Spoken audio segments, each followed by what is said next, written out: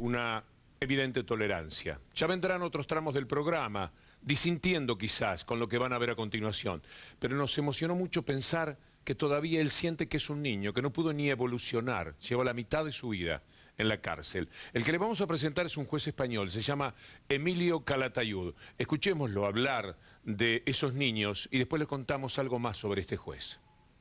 Yo llevo juzgado 35 asesinatos, homicidios.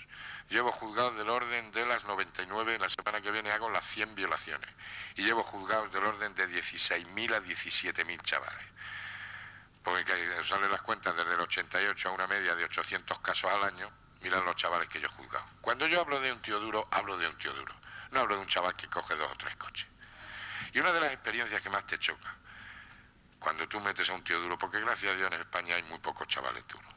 No, gracias a Dios, cucos y rafitas hay muy pocos.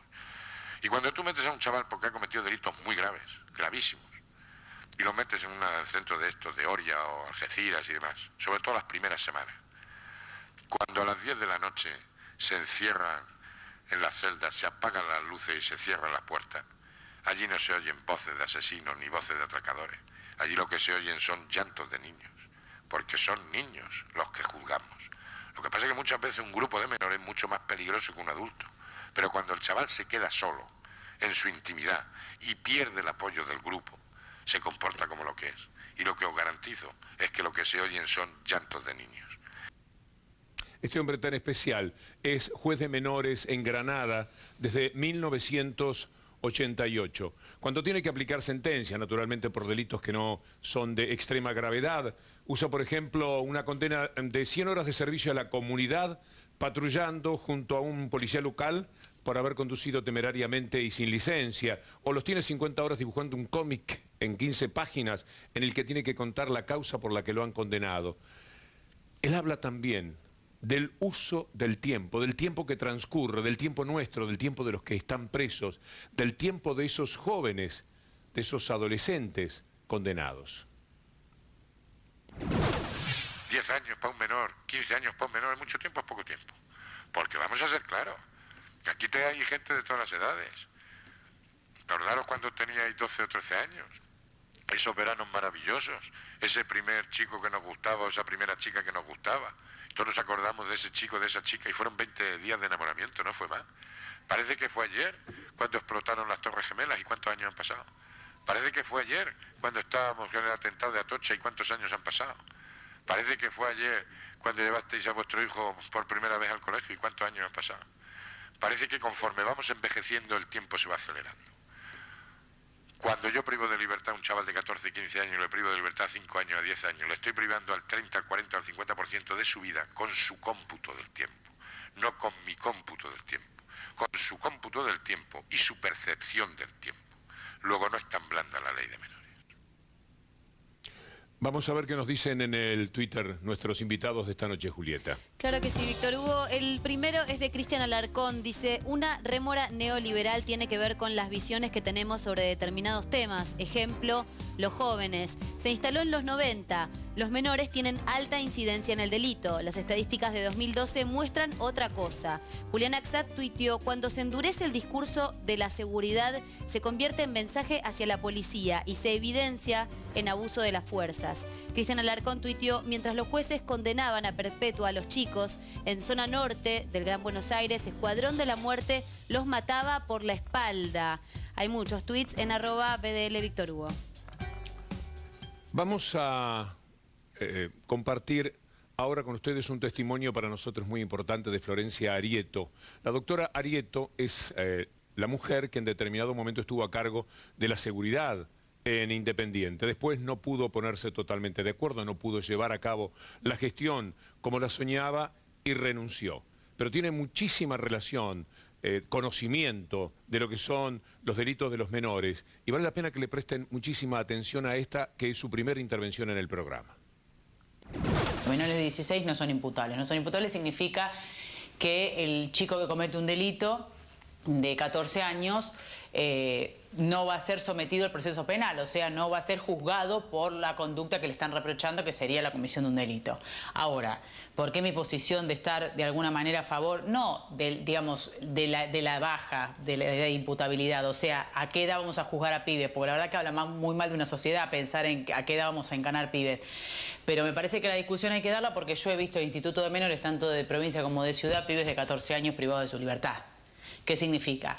Que le aplican una medida de seguridad, o sea, un pibe sospechado de una comisión de un delito menor de 16 años está en un instituto como si tuviera 16 o podría ser sometido a proceso, pero nunca lo van a juzgar. El expediente penal se cierra, o sea, no se va a investigar el delito que se le está imputando y queda abierto un expediente tutelar en el cual el juez puede, si quiere, discrecionalmente, dejarlo detenido con una medida de seguridad que es la misma que se le aplica a los locos, que no pueden ser juzgados, o mandarlo de vuelta a su casa. O sea que en esos dos extremos se juega la vida primero del pibe, la posibilidad de trabajar con él seriamente a ver qué tiene y de determinar si efectivamente ese pibe de 14 años fue el que cometió el delito o no. ¿Fue o la policía lo entregó para fabricar un culpable porque hay un caso mediático que debe ser resuelto rápidamente?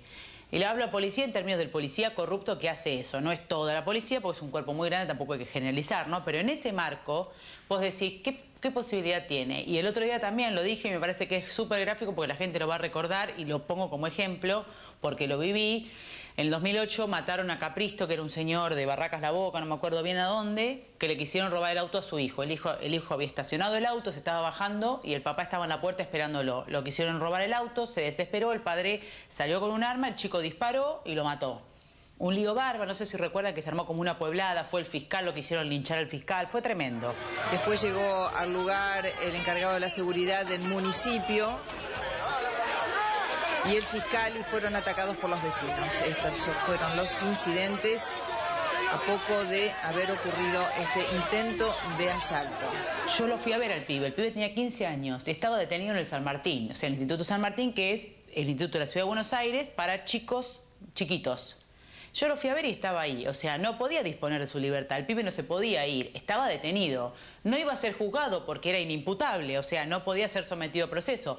Pero en teoría era el responsable de la muerte, que es grave el delito, ¿no? Ahora, lo que después fuimos averiguando con algunos compañeros que militamos los barrios es que en realidad el pibe no sabía manejar. O sea que el pibe era reclutado por gente que trabajaba para una comisaría de Lanús. O sea, había que cruzar el puente Alsina, había que hacerse del auto para cruzarlo de jurisdicción. El responsable para hacerse del auto era el pibe. Ahora, a mitad de puente estaba el reclutador para venir a manejarlo. Nunca vamos a llegar al reclutador, porque ese expediente penal se cierra, porque el chico es inimputable.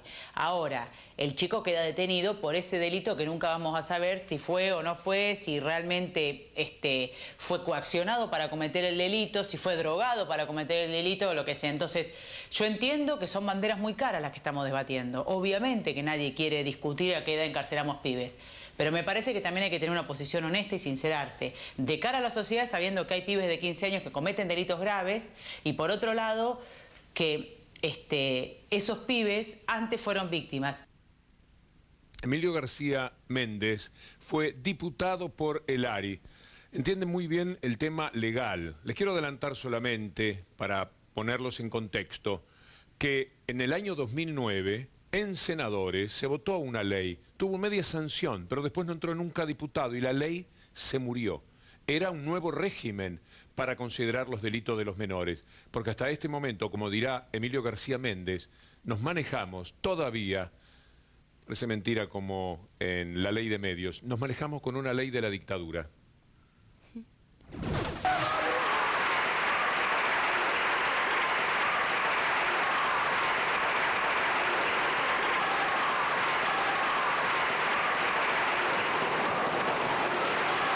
El presidente de la Nación, teniente general Jorge Rafael Videla, compartirá la mesa de su almuerzo de hoy con 13 jóvenes sobresalientes en distintas actividades. Aquí hay un decreto de la dictadura militar, que es el régimen penal de la minoridad, el decreto 22278 de 1980, que lleva la firma de Jorge Rafael Videla.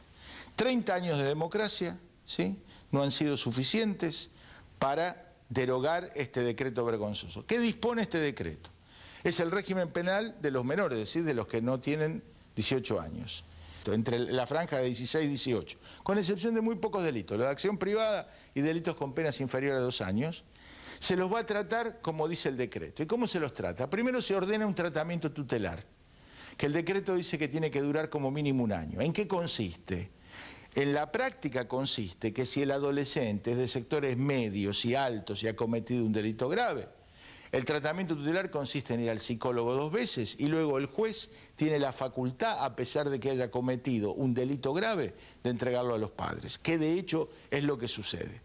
Cuando el adolescente imputado aquí, entre 16 y 17 años, es de los sectores más populares, es gente vulnerable, digamos, el tratamiento tutelar se verifica casi siempre en privación de libertad. Entonces, si se trata de sectores vulnerables, y el eufemismo aquí es, el juez debe considerar si está en peligro material o moral, que quiere decir si es pobre, ¿no es cierto?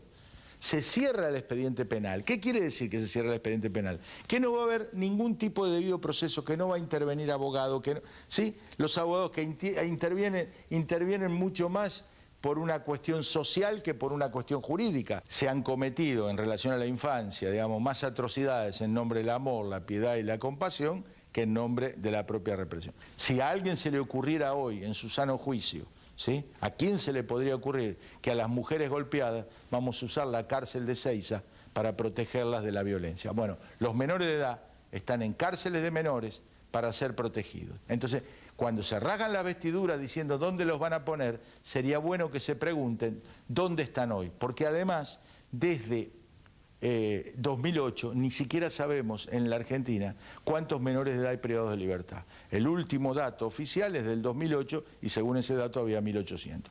Nosotros no podemos aceptar que un ser humano esté privado de libertad sin debido proceso. En consecuencia, lo que nosotros necesitamos es un régimen de responsabilidad penal juvenil. ¿Por qué? Porque cada día se hace más frecuente que la criminalidad adulta le tire los muertos a los menores de 16 años. Total, nunca se va a saber, ¿sí? Porque como no hay un juicio de responsabilidad, si efectivamente el hecho ha sido cometido y si el menor ha tenido alguna responsabilidad en este hecho. Este es el debate en el que nos encontramos. Hay un problema referido a las leyes que habrá que corregir, parece mentira. Se trabajó en la Cámara de Senadores, se votó por unanimidad y luego cuando tenía que pasar a diputados se fue quedando y perdió esa ley, la posibilidad de ser considerada.